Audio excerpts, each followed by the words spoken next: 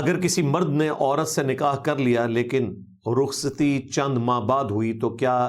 اس عرصے میں شوہر پر اس کے اخراجات کی ذمہ داری عائد ہوتی ہے؟ دیکھیں، قرآن حکیم میں سورۃ البقرہ میں اللہ تبارک و تعالیٰ نے ایک مؤمن مرد کے اوپر یہ مشروع فرمایا ہے کہ اس نے اپنی بیوی بچوں کا خرچہ دینا ہے، نان و نفقہ جس کو ہم کہتے ہیں، یعنی رہائش پرووائڈ کرنی ہے، کھانا پینا، لباس۔ لیکن یہ اس صورت میں ہے جب عورت رخصتی کے بعد اپنے مرد کی کسٹڈی میں آ چکی ہو۔ وہ عورت جو نکاح کی بائنڈنگ میں کسی مرد کے ساتھ اٹیچ ہے لیکن ابھی اس کی رخصتی نہیں ہوئی، یعنی اس کی کسٹڈی اس کے خاوند کے حوالے نہیں ہوئی،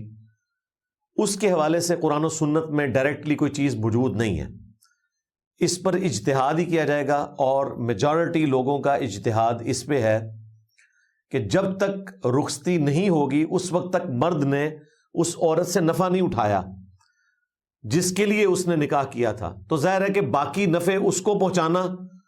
یہ اسی صورت میں ہوگا کہ جب اس عورت سے وہ نفع اٹھا رہا ہوگا۔ صرف کاغذی کارروائی میں وہ بیوی بنی ہے نا ابھی، جب تک کہ وہ اس کے پاس آ نہیں جاتی۔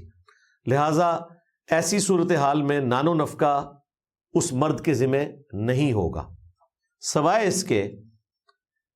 کہ رخصتی میں ڈیلے کا سبب وہ مرد بن رہا ہو، یعنی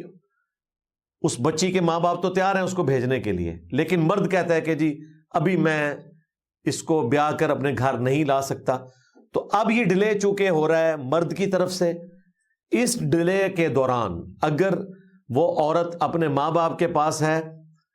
تو وہ اپنے اس خامند سے خرچہ ڈیمانڈ کر سکتی ہے۔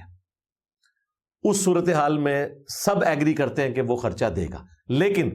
اگر یہ ڈیلے لڑکی والوں کی طرف سے ہے تو ظاہر ہے اس کے ماں باپ اس کو کچھ عرصہ اپنے پاس رکھنا چاہتے ہیں، اس دوران نان و نفقہ ڈیمانڈ کرنا ایک بڑی عجیب سی بات لگتی ہے۔ کتاب و سنت کی تعلیمات کی جو ایسن ہے اس میں یہ فال نہیں کرتی۔